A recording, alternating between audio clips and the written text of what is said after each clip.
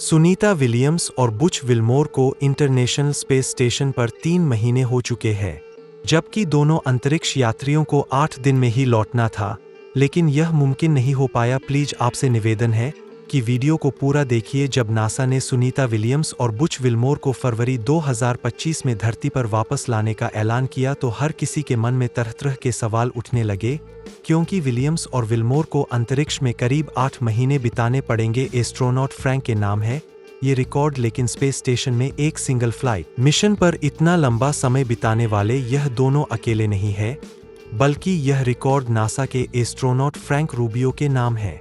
Frank ने single space flight में अंतरिक्ष में 1 साल से भी ज्यादा का समय बिताया है। उनके नाम अंतरिक्ष में लगातार 371 दिन बिताने का रिकॉर्ड दर्ज है। फ्रैंक रूबियो 27 सितंबर 2023 को स्पेस स्टेशन पर 371 दिन बिताकर लौटे थे। उन्होंने नासा के एस्ट्रोनॉट मार्क वांडे का रिकॉर्ड तोड़ा, जो कि अंतरिक्ष में लगातार 355 दिन बिता चुके हैं। सुनीता विलियम्स और Butch Wilmore international space station 8 महीने बिताकर अगले साल फरवरी तक लौटेंगे। बावजूद इसके सुनीता विलियम्स और बुच विल्मोर अंतरिक्ष में सबसे ज्यादा दिनों तक रहने का रिकॉर्ड नहीं तोड़ पाएंगी। दोनों अंतरिक्ष यात्री अंतरिक्ष में लगातार करीब 240 दिन बिताकर लौटेंगे। ऐसे में सबसे लंबे समय तक अंतरिक्ष में रहने वाले एस्ट्रोनॉट्स की लिस्ट में वह 7वें पायदान पर हो सकते हैं। वहीं अंतरिक्ष में अलग अलग मिशन के दिनों को अगर जोड़ा जाए तब भी सबसे ज्यादा दिनों तक ISS पर बिताने का रिकॉर्ड पेगी व्हिटसन के नाम है। उन्होंने कई मिशनों में स्पेस स्टेशन पर कुल 675 दिन बिताए हैं। इसके बाद दूसरे नंबर पर जेफ विलियम्स का नाम आता है, जो अलग अलग मिशन पर स्पेस स्टेशन पर 534 दिन बिता चुके हैं।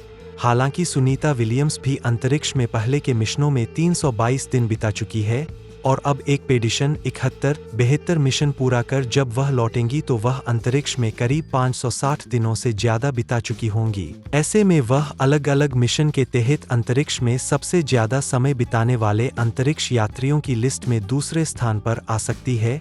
8 दिन का मिशन 8 महीने में क्यों बदला? सुनीता विलियम्स और बुच विल्मोर 5 जून को बोइंग के स्टारलाइनर विमान से इंटरनेशनल स्पेस स्टेशन गए थे। दोनों को 8 दिन बाद 13 जून को वापस लौटना था, लेकिन स्पेसक्राफ्ट में आई तकनीकी खामी की वजह से वापसी का मिशन बार-बार टालना पड़ा। नासा और बोइंग के अधिकारियों ने स्टारलाइनर को लेकर कई फ्लाइट टेस्ट किए, लेकिन डाटा का अध्ययन करने के बाद नासा ने स्टारलाइनर के जरिए दोनों अंतरिक्ष यात्रियों को वापस लाना जोखिम भरा माना। नासा ने तय किया कि सुनीता विलियम्स और बुच विल्मोर को वह क्रू 9 मिशन में शामिल कर फरवरी 2025। सुनीता विलियम्स और बुच विल्मोर 5 जून को बोइंग के स्टारलाइनर विमान से इंटरनेशनल स्पेस स्टेशन गए थे।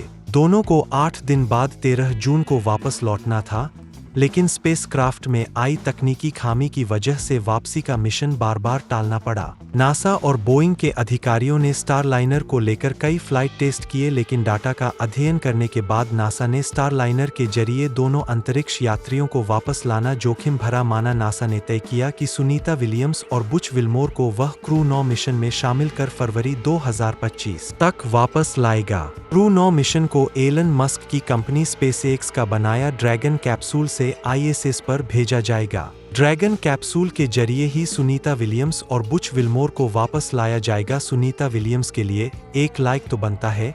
दोस्तों, मेरे चैनल को भी सब्सक्राइब कर लीजिए। Thanks for watching.